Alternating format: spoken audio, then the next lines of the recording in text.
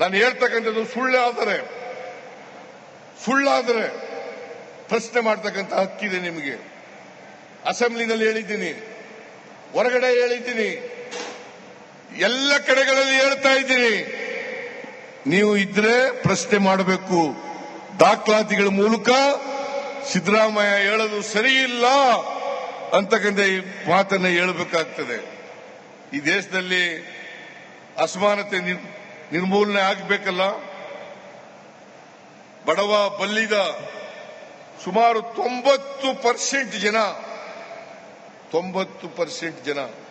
ಶೂದ್ರ ವರ್ಗದವರು ಇರ್ತಕ್ಕಂಥದ್ದು, 10% ಜನ ಮಾತ್ರ ಮೇಲ್ವರ್ಗದವರು ಇರ್ತಕ್ಕಂಥದ್ದು, ಶ್ರೀಮಂತರು ಇರ್ತಕ್ಕಂಥದ್ದು. ಈ 90% ಜನ ರಾಜಕೀಯ ಮೇಲಕ್ಕೆ ಬರಬೇಕಾ ಬೇಡ? ಅವರು ಸಾಮಾಜಿಕವಾಗಿ ಆರ್ಥಿಕವಾಗಿ ಅವರಿಗೆ ಶಕ್ತಿ ತುಂಬಬೇಕಾ ಬೇಡ?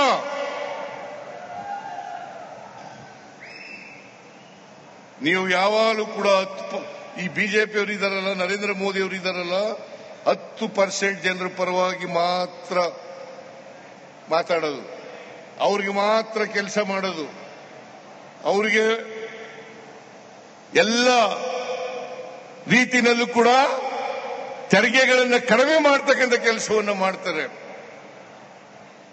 ಆದರೆ ಕಾಂಗ್ರೆಸ್ ಪಕ್ಷ ಯಾವತ್ತೂ ಕೂಡ ಬಡವರಿಗೆ, ದಲಿತರಿಗೆ, ಹಿಂದುಳಿದವರಿಗೆ, ಅಲ್ಪಸಂಖ್ಯಾತರಿಗೆ ಇವರೆಲ್ಲರೂ ಕೂಡ ಮುಖ್ಯವಾಹಿನಿಗೆ ತರಬೇಕು ಅಂತ ಪ್ರಯತ್ನವನ್ನ ಮಾಡ್ತೀವಿ. ಯಾಕೆಂದರೆ ನಾವು ಬಸವಣ್ಣವರಲ್ಲಿ ನಂಬಿಕೆ ಇಟ್ಕೊಂಡಿರ್ತಕ್ಕಂಥವ್ರು, ಬುದ್ಧನ ತತ್ವದಲ್ಲಿ ನಂಬಿಕೆ ಇಟ್ಕೊಂಡಿರ್ತಕ್ಕಂಥವ್ರು, ಅಂಬೇಡ್ಕರ್ ಅವರ ತತ್ವದಲ್ಲಿ ನಂಬಿಕೆ ಇಟ್ಕೊಂಡಿರ್ತಕ್ಕಂಥವ್ರು, ನಾವು ಗಾಂಧಿ ತತ್ವದಲ್ಲಿ ನಂಬಿಕೆ ಇಟ್ಕೊಂಡಿರ್ತಕ್ಕಂಥವ್ರು. ಸರ್ವರಿಗೂ ಸಮಪಾಲು, ಸರ್ವರಿಗೂ ಸಮಬಾಳು, ಇದು ಆಗಬೇಕು. ಇಲ್ಲದೆ ಹೋದ್ರೆ ಬಾಬಾ ಸಾಹೇಬ್ ಅಂಬೇಡ್ಕರ್ ಅವರು ಹೇಳಿದ್ರು, ಈ ದೇಶಕ್ಕೆ ಸ್ವಾತಂತ್ರ್ಯ ಬಂದು ಅದು ಯಶಸ್ವಿ ಆಗಬೇಕಾದ್ರೆ ಎಲ್ಲರೂ ಕೂಡ ಆರ್ಥಿಕವಾಗಿ, ಸಾಮಾಜಿಕವಾಗಿ ಸಬಲತೆಯನ್ನ ಕಾಣ್ತಕ್ಕಂಥದ್ದೇ ಸ್ವಾತಂತ್ರ್ಯ ಬಂದದಕ್ಕೆ ಸಾರ್ಥಕ ಅಂತಕ್ಕಂಥ ಮಾತುಗಳನ್ನು ಹೇಳಿದರು. ಕಾನ್ಸ್ಟಿಟ್ಯೂಯೆಂಟ್ ಅಸೆಂಬ್ಲಿನಲ್ಲಿ ಹೇಳಿದ್ರು. 1949 ನವೆಂಬರ್ 25ನೇ ತಾರೀಕು ಒಂದು ಮಾತನ್ನ ನನಗೆ ಇವತ್ತು ಕೂಡ ಜ್ಞಾಪಕ ಇದೆ. ಒಂದು ಮಾತನ್ನ 1949 ನವೆಂಬರ್ 25ನೇ ತಾರೀಕು ಕಾನ್ಸ್ಟಿಟ್ಯೂಯೆಂಟ್ ಅಸೆಂಬ್ಲಿನಲ್ಲಿ ಒಂದು ದಿನ ಮುಂಚಿತವಾಗಿ, ಸಂವಿಧಾನ ಅಂಗೀಕಾರ ಆಗೋದಕ್ಕಿಂತ ಮುಂಚಿತವಾಗಿ ಒಂದು ಮಾತನ್ನ ಹೇಳಿದ್ರು. ಏನಪ್ಪ ಹೇಳಿದ್ರು ಅಂತಂದ್ರೆ, ನಾವು 1950 ಜನವರಿ 26ನೇ ತಾರೀಕು, ನಾನು ಹೇಳ್ತಕ್ಕಂಥದ್ದು ಸುಳ್ಳಾದರೆ ಪ್ರಶ್ನೆ ಮಾಡ್ತಕ್ಕಂಥ ಹಕ್ಕಿದೆ ನಿಮಗೆ. ಅಸೆಂಬ್ಲಿನಲ್ಲಿ ಹೇಳಿದ್ದೀನಿ, ಹೊರಗಡೆ ಹೇಳಿದ್ದೀನಿ, ಎಲ್ಲ ಕಡೆಗಳಲ್ಲಿ ಹೇಳ್ತಾ ಇದ್ದೀನಿ. ನೀವು ಇದ್ರೆ ಪ್ರಶ್ನೆ ಮಾಡಬೇಕು. ದಾಖಲಾತಿಗಳ ಮೂಲಕ ಸಿದ್ದರಾಮಯ್ಯ ಹೇಳೋದು ಸರಿ ಇಲ್ಲ ಅಂತಕ್ಕಂಥ ಈ ಮಾತನ್ನ ಹೇಳಬೇಕಾಗ್ತದೆ. ಈ ದೇಶದಲ್ಲಿ ಅಸಮಾನತೆ ನಿರ್ಮೂಲನೆ ಆಗಬೇಕಲ್ಲ. ಬಡವ ಬಲ್ಲಿದ ಸುಮಾರು 90% ಜನ ಶೂದ್ರ ವರ್ಗದವರು ಇರ್ತಕ್ಕಂಥದ್ದು, 10% ಜನ ಮಾತ್ರ ಮೇಲ್ವರ್ಗದವರು ಇರ್ತಕ್ಕಂಥದ್ದು, ಶ್ರೀಮಂತರು ಇರ್ತಕ್ಕಂಥದ್ದು. ಈ 90% ಜನ ರಾಜಕೀಯ ಮೇಲಕ್ಕೆ ಬರಬೇಕಾ ಬೇಡ? ಅವರು ಸಾಮಾಜಿಕವಾಗಿ ಆರ್ಥಿಕವಾಗಿ ಅವರಿಗೆ ಶಕ್ತಿ ತುಂಬಬೇಕಾ ಬೇಡ?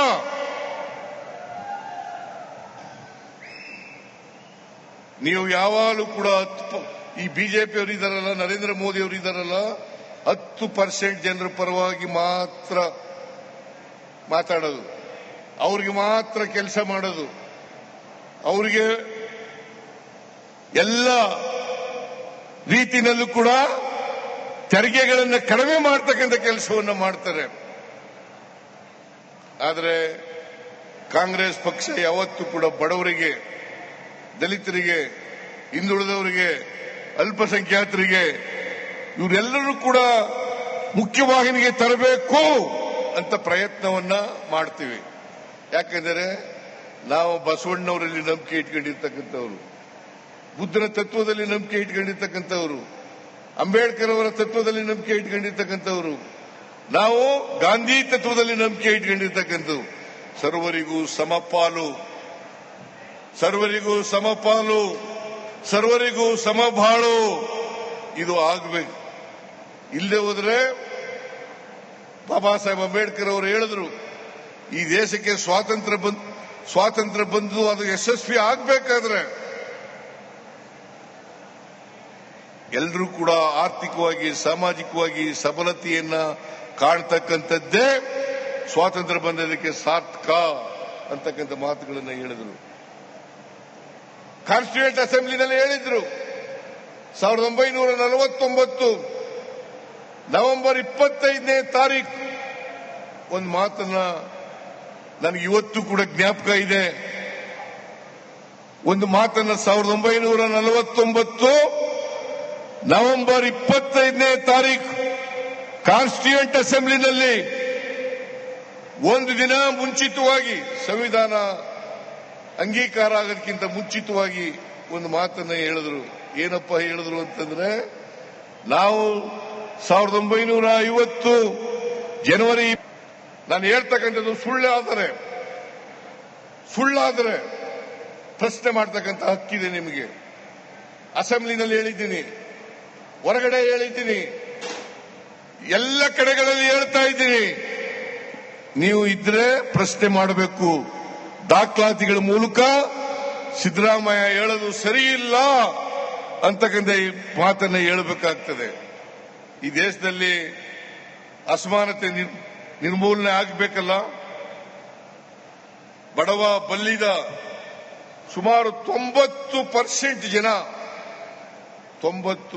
ಜನ ಶೂದ್ರ ವರ್ಗದವರು ಇರ್ತಕ್ಕಂಥದ್ದು, 10% ಜನ ಮಾತ್ರ ಮೇಲ್ವರ್ಗದವರು ಇರ್ತಕ್ಕಂಥದ್ದು, ಶ್ರೀಮಂತರು ಇರ್ತಕ್ಕಂಥದ್ದು. ಈ 90% ಜನ ರಾಜಕೀಯ ಮೇಲಕ್ಕೆ ಬರಬೇಕಾ ಬೇಡ? ಅವರು ಸಾಮಾಜಿಕವಾಗಿ ಆರ್ಥಿಕವಾಗಿ ಅವರಿಗೆ ಶಕ್ತಿ ತುಂಬಬೇಕಾ ಬೇಡ?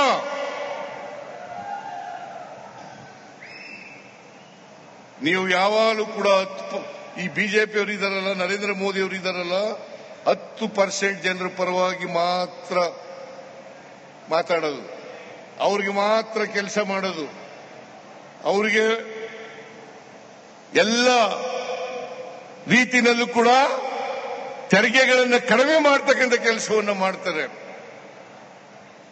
ಆದರೆ ಕಾಂಗ್ರೆಸ್ ಪಕ್ಷ ಯಾವತ್ತೂ ಕೂಡ ಬಡವರಿಗೆ, ದಲಿತರಿಗೆ, ಹಿಂದುಳಿದವರಿಗೆ, ಅಲ್ಪಸಂಖ್ಯಾತರಿಗೆ ಇವರೆಲ್ಲರೂ ಕೂಡ ಮುಖ್ಯವಾಹಿನಿಗೆ ತರಬೇಕು ಅಂತ ಪ್ರಯತ್ನವನ್ನ ಮಾಡ್ತೀವಿ.